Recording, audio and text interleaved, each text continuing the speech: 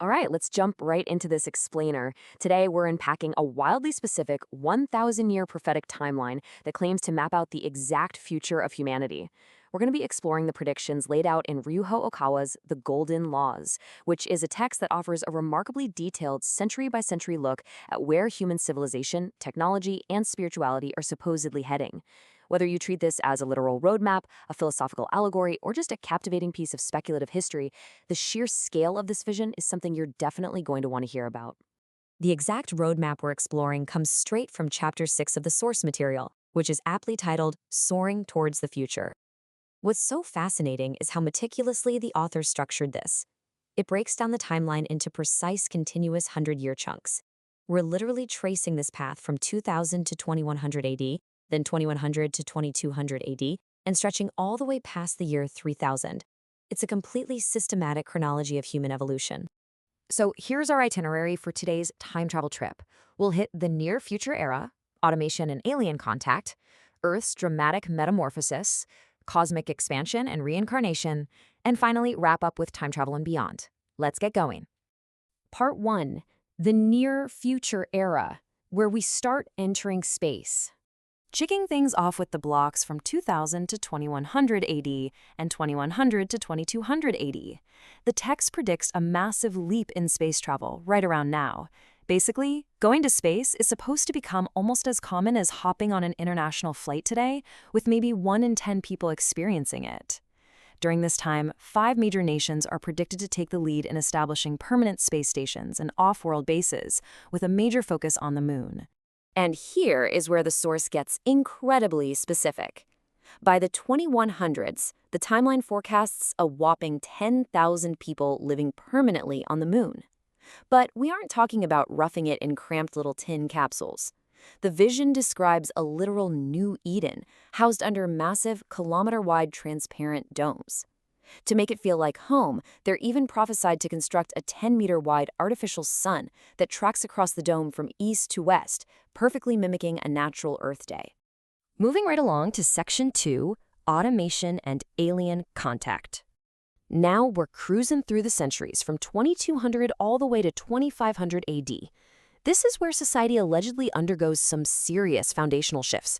We're talking major changes, not just in how we work and live every day, but in how we understand our absolute place in the wider universe.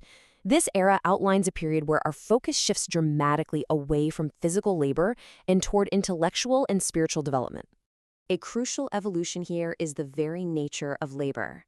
As robots and machines completely take over primary and secondary industries, like agriculture and manufacturing, human work is predicted to narrow down to negotiation, judgment, and high-level planning. Because of this, humans will supposedly transition to a beautifully relaxed schedule of just 4 hours a day, 4 days a week. And the framework emphasizes that this massive surplus of free time isn't just for sitting around. It's intended for intense spiritual cultivation and self-improvement. Then things take a really dramatic turn. As humanity's spiritual level peaks, numerous alien species will supposedly arrive on Earth. The material specifically likens this to Commodore Perry's black ships arriving in a secluded Japan, marking the forced opening of Earth to the broader cosmic community. Over a dozen different types of extraterrestrials are predicted to just integrate with us. Culminating in the 2400s, the timeline predicts the return of Jesus and his primary mission this time, to reveal humanity's diverse cosmic origins, explaining that Earthlings have actually been composed of various alien lineages all along. No way, right?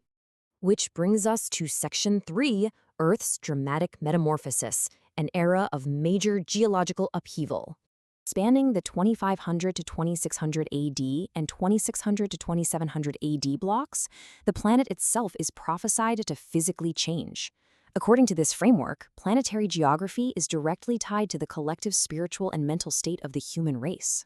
Here we encounter one of the source's most specific and definitely controversial philosophies. The author proposes that centuries of continuous conflict in the Middle East and parts of Africa will literally generate what he calls negative thought clouds.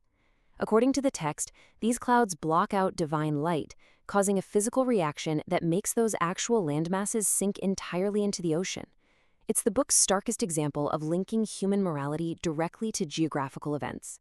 But on the flip side of that destruction, as the Earth's violent upheaval calms down in the 2600s, a massive new continent dubbed New Lemuria is predicted to rise right up out of the Indian Ocean. And this new landmass isn't just going to be empty rock. It is prophesied to become the center of a dazzling new human civilization characterized by unique architecture and highly advanced, spiritually aligned scientific progress. Next up is Section 4, Cosmic Expansion and the Return of Reincarnation.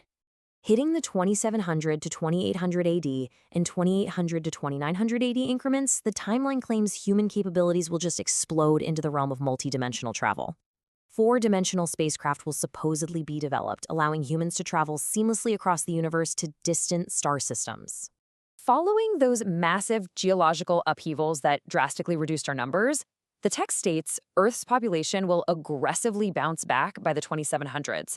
It will once again reach a dense population of about 5 billion people, concentrated heavily in these new, highly advanced civilizations like New Lemuria. And who is leading these billions of people? Well, according to the author's timeline, history's greatest spiritual and scientific figures don't just disappear. They systematically reincarnate to guide us through these turbulent centuries.